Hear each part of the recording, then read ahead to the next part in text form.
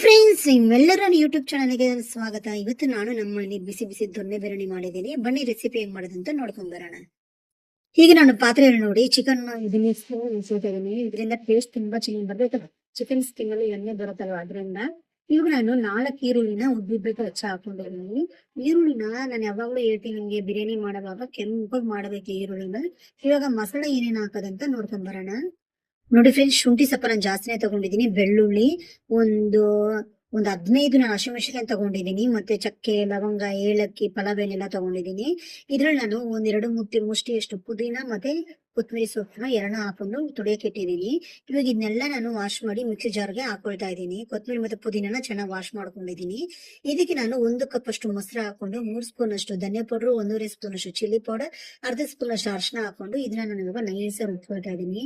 ನೋಡಿ, ಈರುಳ್ಳಿ ಸ್ವಲ್ಪ ಕೆಂಪಗಾದ್ಮೇಲೆ ರುಬ್ಕೊಂಡಿರೋ ಮೊಸರನ್ನ ಹಾಕೊಂಡು ಇದನ್ನ ಚೆನ್ನಾಗಿ ಫ್ರೈ ಮಾಡ್ಕೊಳ್ಳೋಣ. ನಿಜವಾಗ್ಲೂ ಈ ಮೊಸರನ್ನ ರುಬ್ಬ ಹಾಕ್ತಿದ್ದಂಗೆ ಗಮಿ ಅಂತ ಸ್ಮೆಲ್ ಬರ್ತಾ ಇರುತ್ತೆ. ಇವಾಗ ಇದಕ್ಕೆ ನಾನು 3 ಟೊಮೊಟೊನ ಹಾಕೊಳ್ತಾ ಇದ್ದೀನಿ. ಟೊಮೊಟೊನ ಚೆನ್ನಾಗಿ ಸ್ಮಾಶ್ ಆಗೋಣ, ಚೆನ್ನಾಗಿ ಫ್ರೈ ಮಾಡ್ಕೊಡಿ. ಇಲ್ಲಾಂದ್ರೂ ಓಕೆನೆ.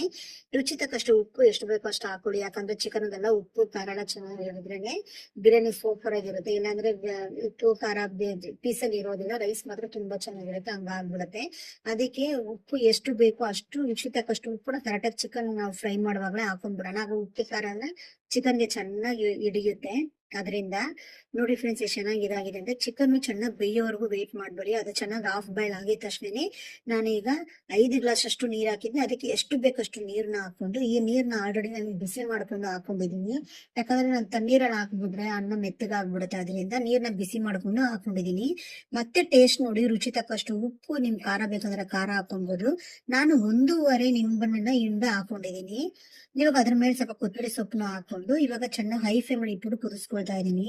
ಹೈ ಫ್ಲೇಮ್ ಇಟ್ಕೊಂಡು ಕುದಿಸುವಾಗ ಯಾವಾಗ್ಲೂ ಈ ತರ ತಿರುಗಿಸ್ಕೊಳ್ತಾನೆ ಇರಿ, ಇಲ್ಲಾಂದ್ರೆ ತಳ ಹಿಡ್ದು ಬಿಡುತ್ತೆ. ಆಮೇಲೆ ಸ್ವಲ್ಪ ನೀರೆಲ್ಲ ಫುಲ್ ಕಮ್ಮಿ ಆದ್ಮೇಲೆ, ಈ ರೀತಿ ಆದ್ಮೇಲೆ ನಾವು ದಮ್ಮಿಗೆ ಇಟ್ಕೊಳ್ಳೋಣ.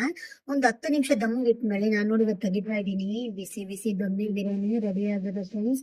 ನಿಜವಾಗ್ಲೂ ಸೂಪರ್ ಆಗಿ ಬಂದಿತ್ತು, ಹಂಗೆ ಘಮ ಘಮ ಅಂತ ಇತ್ತು. ಶುಂಠಿ, ಬೆಳ್ಳುಳ್ಳಿ, ಚಕ್ಕೆ, ಲವಂಗ ಎಲ್ಲ ನೀವು ಕರೆಕ್ಟ್ ಆಗಿ ಪರ್ಫೆಕ್ಟ್ ಆಗಿ ಹಾಕೊಂಡ್ರೆ ಟೇಸ್ಟ್ ತುಂಬಾ ಚೆನ್ನಾಗಿರುತ್ತೆ. ನನ್ನ ಹತ್ರ ಇವತ್ತು ಮಸಾಲೆ ಸ್ಪೈಸಸ್ ಎಲ್ಲ ಸ್ವಲ್ಪ ಕಮ್ಮಿ ಇತ್ತು ಮನೆಯಲ್ಲಿ. ನೋಡಿ, ಅನಾನಸು ಅದೆಲ್ಲ ಇರ್ಲಿಲ್ಲ, ಅದರಿಂದ ಅದು ಹಾಕಿಲ್ಲ. ಅದರಿಂದ ನಾನು ದೊಡ್ಡ ಏಲಕ್ಕಿ 2 ಹಾಕಿದೀನಿ. ಅದರಿಂದ ಬಿರಿಯಾನಿ ಸೂಪರ್ ಆಗಿ ಬಂದಿದೆ.